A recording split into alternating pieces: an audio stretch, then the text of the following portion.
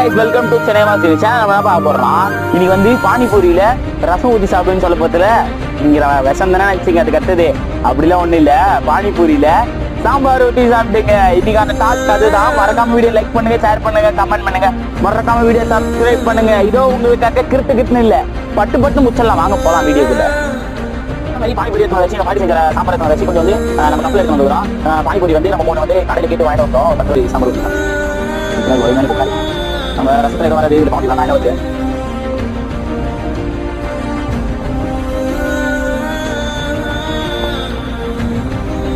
பாட்டி செஞ்ச ரசம் ரசமே வச்சுங்க. நீங்கள் பாட்டி செஞ்ச சாம்பார் ரசம் எப்படி நல்லா தான் இருக்கு.